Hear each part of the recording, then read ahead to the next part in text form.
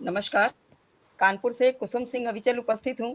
श्री सत्य संदेश एक संकल्प साहित्यिक संस्था कानपुर के फेसबुक पेज पर अपना बड़ा ही गरिमामयी प्रकल्प तथ्य की परिधि में कथ्य और तर्क की परिधि में सत्य, जिसमें हम किसी सामयिक विषय पर एक परिचर्चा करते हैं, अपने विचार रखते हैं, परिसंवाद करते हैं, वैचारिक मंथन करते हैं और कोशिश करते हैं कि किसी न किसी निष्कर्ष पर हम पहुंच सकें, कुछ सॉल्यूशन, कुछ निष्कर्ष हम समाज को दे सकें अपने विचारों के माध्यम से।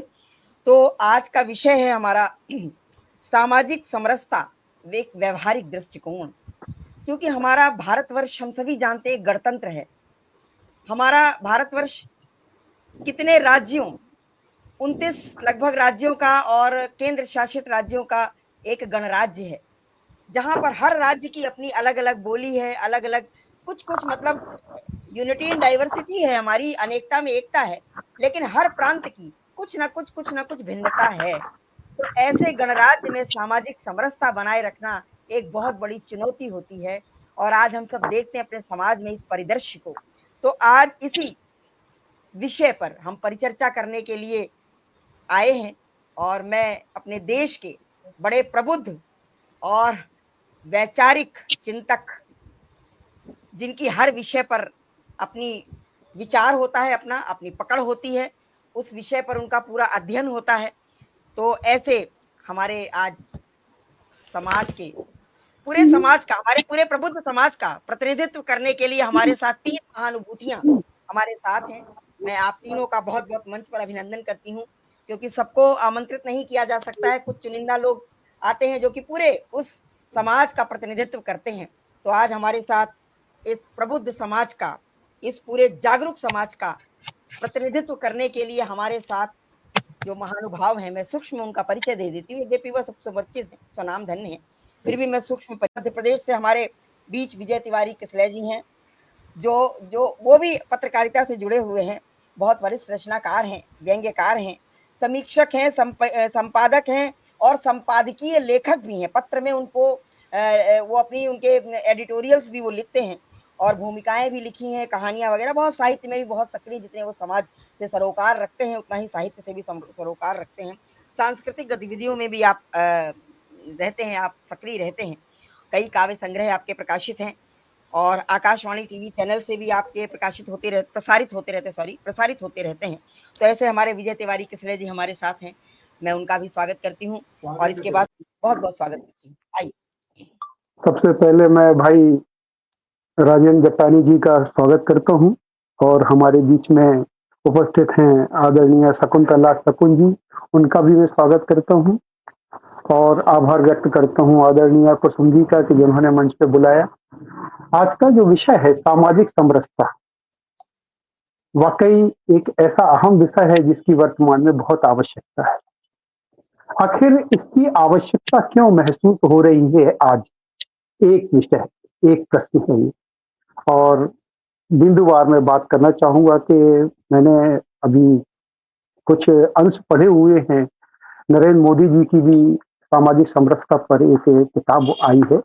उन्होंने बड़े विस्तृत भाव से उन्होंने लिखा हुआ है इस सामाजिक समरसता के ऊपर। विभिन्न विभिन्न विभागों, विभिन्न क्षेत्रों में उन्होंने गुजरात के बारे में, राजस्थान के बारे में, हर विषय में उन्होंने लिखा है।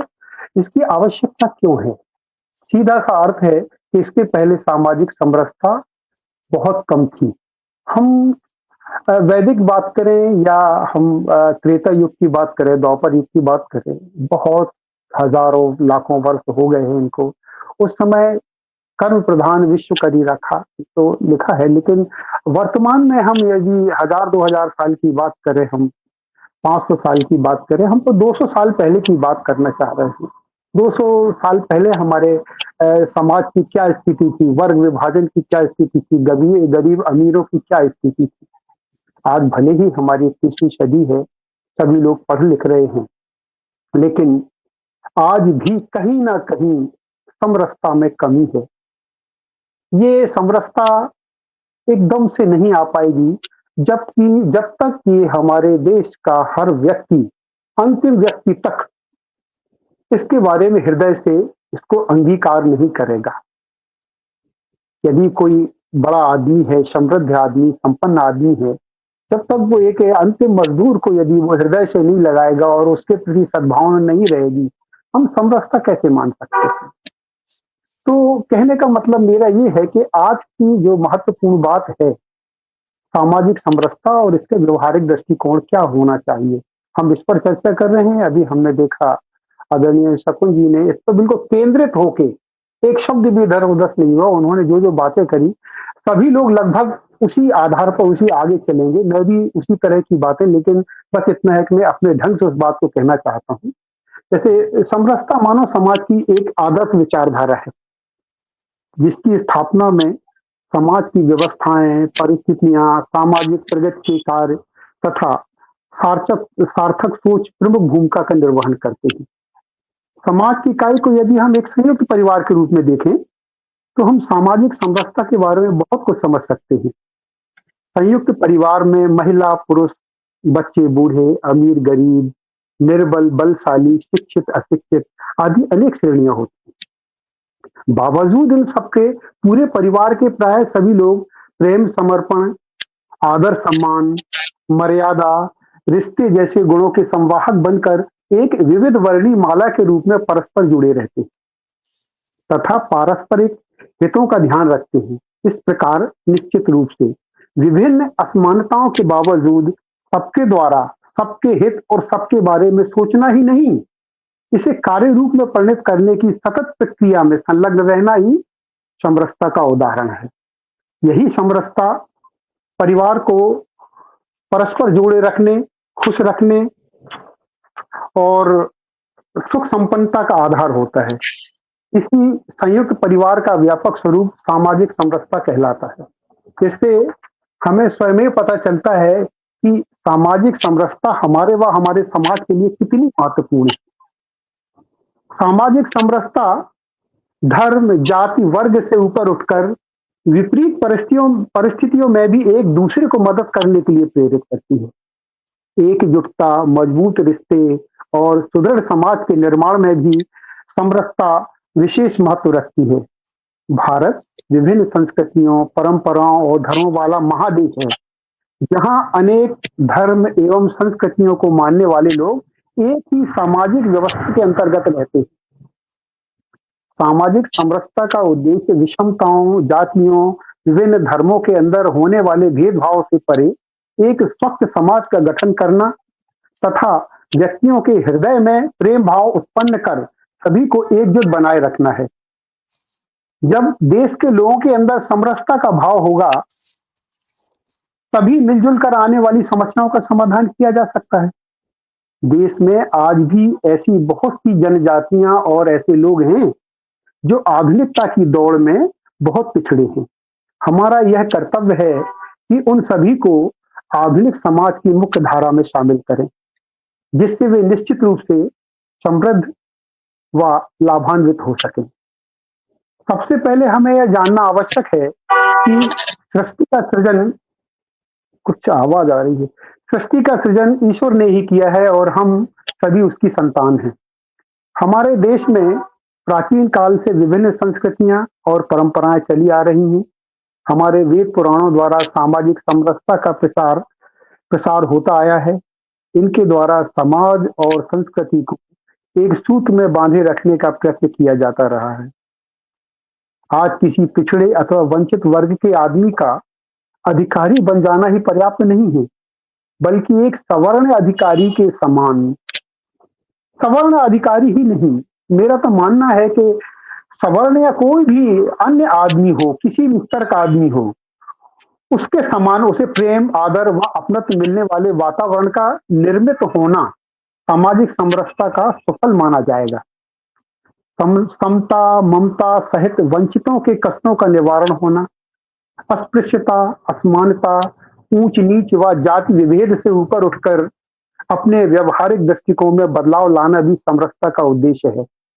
आज 21वीं सदी में हर वर्ग की प्राथमिकता शिक्षित होना है। सभी को समान अधिकार प्राप्त हैं। अधिकांश लोगों की जीवन शैली संपन्नता व विपन्नता जनित सुख संसाधनों की उपलब्धता अनुपलब्धता को छोड़कर लगभग एक जैसी है। क्या तब भी हमें पिछली सदियों के अप्रासंगिक हो चुके व्यवहार करना चाहिए? बदलते परिवेश और परिस्थितियों के अनुकूल ढलना सामाजिक उत्थान में सहायक होता है। समाज में प्रेम, भाईचारा और समता का भाव ही समरसता ला सकता है। हमारा भारत देश ही विश्व में एकमात्र ऐसा देश है जहां सर्वे भवन्तु सुखिनः, जैसा कि हमारी शकुन दीदी बोल रही थी कि जहां सर्वे भवन्तु सुखिनः वसुधैव कुटुंबकम तथा परहित सरिस धर्म नहीं भाई जैसी अनेक आदर्श विचारधाराओं को लेकर असंख्य संत, समाज सुधारक और महात्माओं ने अपना पूरा जीवन इन्हीं कार्यों में समर्पित किया है। क्या हम राजा राम मोहन राय, दयानंद सरस्वती, विवेकानंद, तुलसी और कबीर को भूल सकते हैं? क्या हम गांधी, सरदार पटेल और अंबेडकर जी को भूल सकते हैं? समरसता के संवाहक अपने आराध्य श्री राम को भला कभी बुलाया जा सकता है? रामायण में श्री राम के निषाद राज से मित्रता, सबरी के जूठे बेर खाना, पक्षीराज जटायु का अंतिम संस्कार, प्रजा को अपनी संतान मानना, इनसे श्रेष्ठ समरसता के उदाहरण अन्यत्र कहीं नहीं मिल सकते। सामाजिक समरसता एक ऐसी आदर्श व्यवस्था है जिसका उपयुक्त समीक्षा के उपरांत अपनाना आज की मूलभूत आवश्यकता है। सामाजिक समरसता वंचित, दलित, सवर्ण, अशिक्षा, लिंग, जाति, वर्ग को संभाव से आत्मसात करने के उपरांत ही प्राप्त हो सकेगी। हमारा यही व्यवहारिक दृष्टिकोण ही मानव जाति में समरसता रूपी आदर्श बदलाव ला सकता है। इस प्रकार आज समाज को आर्थिक, सामाजिक एवं व्यवहारिक दृष्टिकोण से विकसित कर राष्ट्र धारा में शामिल करना अनिवार्य हो गया है। देश के सभी वर्गों को संभाव से रोटी, कपड़ा, मकान, शिक्षा, न्याय और रोजगार आदि मूलभूत अधिकार मिलना चाहिए तथा सामाजिक जुड़ाव हर मानव में होना चाहिए। हम समाज को विभाजित नहीं, एकजुट करने में सहायक बने। खास तौर पर सक्षम और समर्थ समाज पिछड़ों के उत्थान करता बने, उन्हें स्नेह भाव से देखें, तभी सही मायने में समरसता आ पाएगी। और यही कारण है कि आज हमारे वांछित व्यवहारिक दृष्टिकोण की महती आवश्यकता महसूस की जाने लगी है। मेरा भी मंतव्य है कि मानवीय आधार पर सामाजिक समरसता के पथ प्रदर्शक देश के लोगों में समरसता के भाव का संचार करें। और साथ ही मैं तो यहाँ तक ये कहना चाहूंगा कि हम इस विचारधारा को अपने परिवार से, अपने मोहल्ले से, अपने शहर से शुरुआत करें और इसके लिए कुछ तो समय निकालें, इस पर जरूर बात करें, क्योंकि आगे आने वाली पीढ़ी में इस तरह की भावना और कम होती जाएगी। आज हम देखते हैं जिस तरह से रिश्ते तार-तार हो रहे हैं, हम आज देखते हैं कि जिस तरह से स्वार्थ की भावना न्यूक्लियर फैमिली की ओर उन्मुख हो रही है, तो क्या ऐसे समय में यदि हम नहीं करेंगे, हम बात वही है कि हम पेड़ क्यों लगाएं, हमें तो रहना ही नहीं है, वो फल कब देंगे, तो मैं क्यों लगाऊं? या आग पड़ोस में लगी हुई है, तो जब तक मेरे घर के पास नहीं आएगी मैं क्यों उस पर चिंता करूं? आज तो स्थिति रहती कि बिजली पड़ोसी के घर में गई, हम सोते हैं हमारी बिजली जब जाएगी तब हम फोन। खैर, इस तरह की बहुत सारी बातें हैं। मेरा मानना ये है कि ये इतना अहम विषय है जिस पर वाकई जन जन को, ऊपर से नीचे तक के लोगों को, खास तौर पर जो प्रबुद्ध लोग हैं, जो अध्ययनरत हैं, जो शिक्षित हैं, जो विद्वत हैं, उनको आगे आना चाहिए और अपने निचले वर्ग को समझाना चाहिए और उदारता बरतना चाहिए। यही मेरी सोच है और यही मेरी मंशा है। मैं चाहूंगा कि ऐसा ही लोग बाग इस पर अमल करें। इतना समय है आपने दिया,